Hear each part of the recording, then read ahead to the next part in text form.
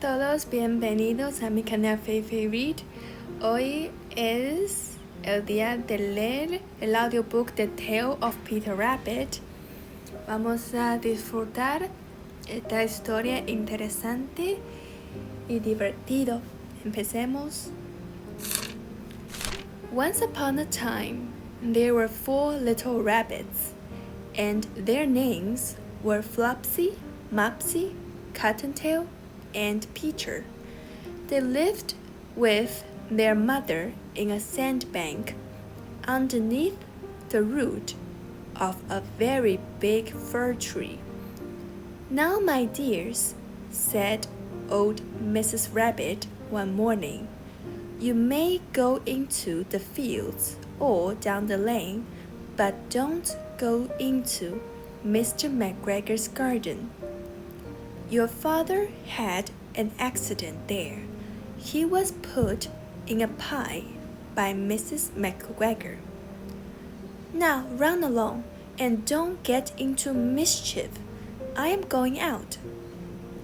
Then old Mrs. Rabbit took a basket and her umbrella and went through the wood to the baker's. She bought a loaf of brown bread and 5 currant buns. Flopsy, Mopsy, and Cottontail, who were good little bunnies, went down the lane to gather blackberries. But Peter, who was very naughty, ran straight away to Mr. McGregor's garden and squeezed under the gate. First, he ate some lettuces and some French beans, and then he ate some radishes, and then, feeling rather sick, he went to look for some parsley. But round the end of a cucumber frame, whom should he meet but Mr. McGregor? Mr. McGregor was on his hands and knees planting out young cabbages, but he jumped up and ran after Peter, waving a rake and calling out, "Stop, thief!" Peter was most dreadfully frightened. He rushed all over the garden, for he had forgotten the way back to the gate. He lost one of his shoes among the cabbages, and the other shoe amongst the potatoes. After losing them, he ran on 4 legs and went faster, so that I think he might have got away altogether if he had not, unfortunately, run into a gooseberry net and got caught by the large buttons on his jacket. It was a blue jacket with brass buttons, quite new.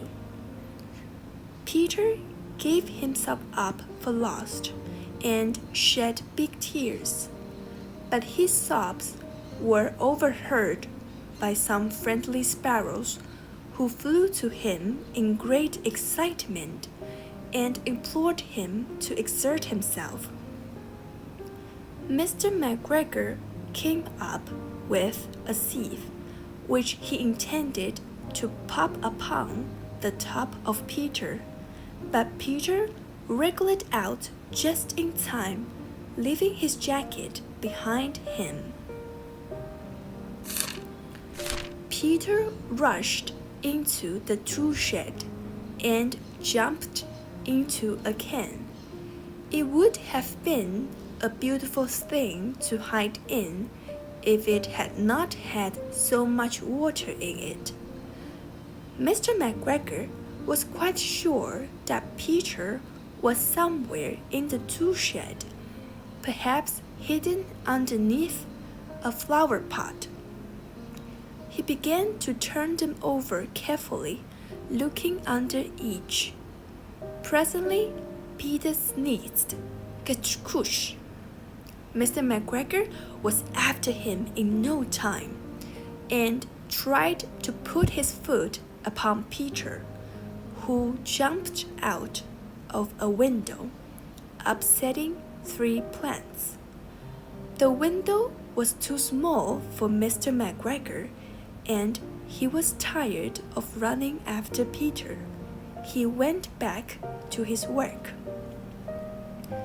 Peter sat down to rest. He was out of breath and trembling with fright, and he had not the least idea which way to go. Also, he was very damp with sitting in that can. After a time, he began to wander about, going lippity-lippity, not very fast, and looking all round. He found a door in a wall, but it was locked, and there was no room for a fat little rabbit to squeeze underneath. An old mouse was running in and out over the stone doorstep, carrying peas and beans to her family in the wood. Peter asked her the way to the gate, but she had such a large pea in her mouth that she could not answer. She only shook her head at him. Peter began to cry. Then he tried to find his way straight across the garden, but he became more and more puzzled. Presently, he came to a pond where Mr. McGregor filled his water cans. A white cat was staring at some goldfish. She sat very, very still, but now and then the tip of her tail twitched as if it were alive. Peter thought it best to go away without speaking to her. He had heard about cats from his cousin, little Benjamin Bunny. He went back towards the tool shed, but suddenly, quite close to him, he heard the noise of a hoe. Screech, scratch, scratch, squeech.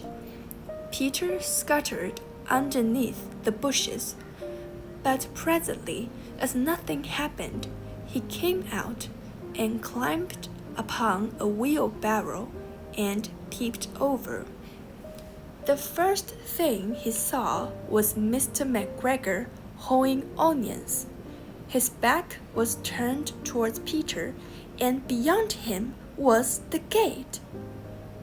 Peter got down very quietly off the wheelbarrow and started running as fast as he could go along a straight walk behind some black currant bushes. Mr. McGregor caught sight of him at the corner, but Peter did not care. He slipped underneath the gate and was safe at last in the wood outside the garden. Mr. McGregor hung up the little jacket and the shoes for a scarecrow to frighten the blackbirds. Peter never stopped running or looked behind him till he got home to the big fir tree.